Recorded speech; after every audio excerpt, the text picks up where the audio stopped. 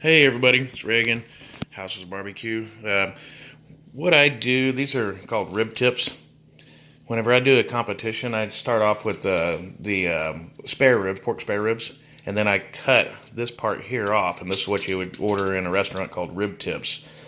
So I cut them down to the St. Louis style ribs, and this is what you have left.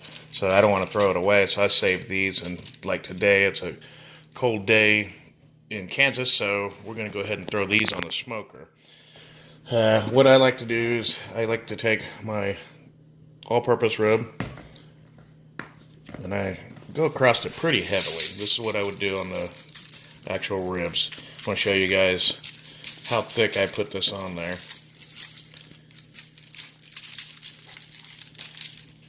That's pretty. I put it on pretty heavy. We'll do those and then we'll let them sweat. Sweating is what I call whenever all the seasoning is wet to where you can flip it over and it won't fall off. So we'll put that on there, then we'll wait probably 5 minutes and we'll come back to you and show you. Be right back. Okay, these have sweated pretty good to where now I can just take them and I can flip them over. And we're going to season this side. And we're going to do the same thing. We're going to let it sweat.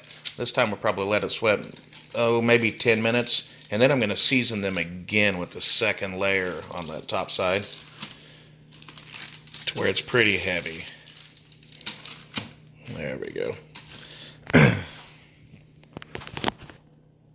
See if I can do this. Sorry if the video is shaking. I'm trying to do this by myself. And normally I have the wife helping me.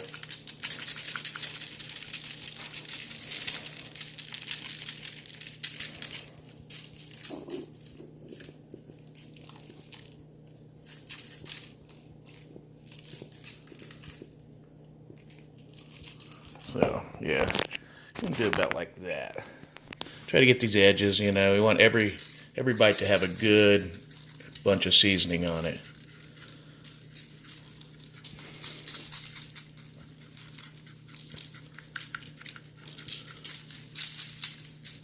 There we go. Now whenever we come back, we're going to put another layer of seasoning on that with the same stuff. So you'll see these spots like right here didn't get as good, and along the edges we'll try to get them seasoned up pretty good.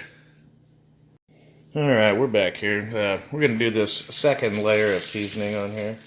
Get it pretty heavy. This stuff is really good seasoning. I mix it up. I buy all my spices from Spices Inc. online, and then I measure it all out evenly. And then mix it up and put it in these shakers that I buy from a Webster. Last time I bought them, the holes were too small, so I'll try to be picky with it. I like to stop every now and then, shake up my seasoning so my big stuff doesn't come out before all the small stuff, the fine grain stuff. So that's what it looks like. It's pretty heavily seasoned, you can tell, but it tastes phenomenal whenever I do it like this. So we're going to let this sweat here for another 10-15 minutes, and then we're going to put it on the smoker. I've got my pellet smoker. I just have a Pit Boss. I got it heated up to 225 degrees, and I'm going to let these sweat. Once they sweated, we'll put them on there, and we'll come back to you. All right, here we are. I couldn't get a video of putting them on since I'm the one videoing, but a few cute things I want to go over. This is what they look like after they sweated, and I just put them on. If you're doing some type of a presentation, like you want to impress your friends and family, you don't want to put them on and make them horseshoe, because the way you put them on is the way they're going to cook. So I try to take, like, especially if it's an actual rack of ribs and you got a straight side, I line them up with the gray here and along there, because what you put on there is the way they're going to cook, and that's what it's going to look like when they come back off. So I'm going to come back here in a little bit, and I'm going to actually wrap these. I'm a firm believer in the Texas crutch and the tenderness. So I'm going to show you what I do to test whenever they're ready to wrap. I don't actually go by a time or a temp.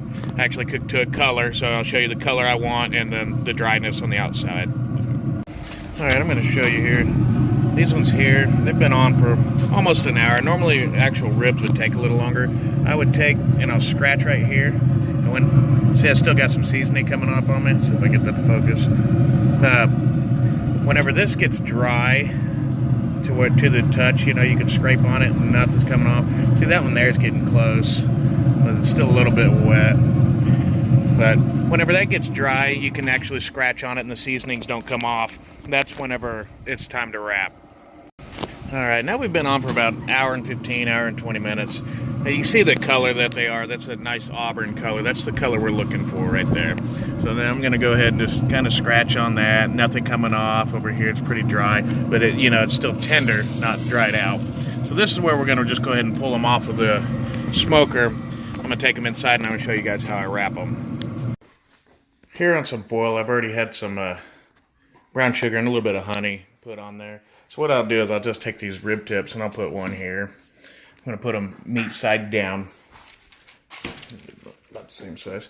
About like that. And I'll do the same thing. If these were actual ribs, this is exactly how I would cook them. So then you come over here and just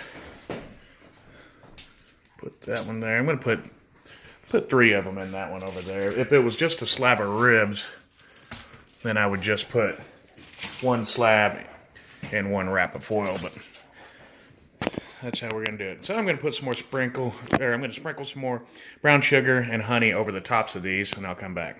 Here we got the honey and brown sugar over them. I got that one wrapped up so you can see how I wrap it. It's not a real tight wrap.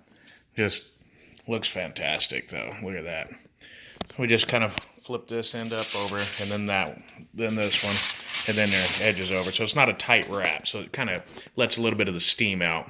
I'm going to go ahead and wrap this and get them back on the smoker. Alright, I got them back on the smoker. I'm probably just going to leave these things on there probably for a couple hours and not mess with them. I want them to be really tender, being that they're rib tips. There's a lot of cartilage running through them.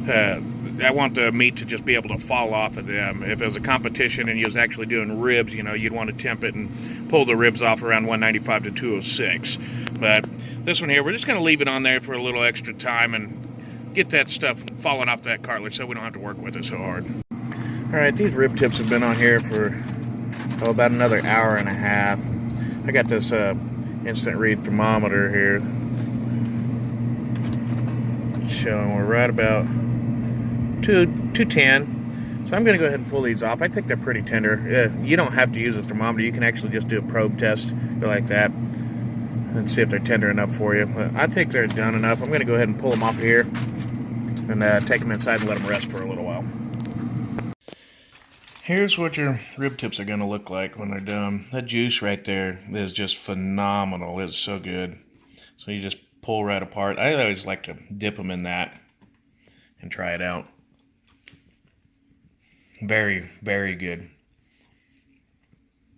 That's how you do your rib tips. See how it just pulls apart? That's what I wanted, so it pulls off the cartilage. There's a lot of cartilage in these.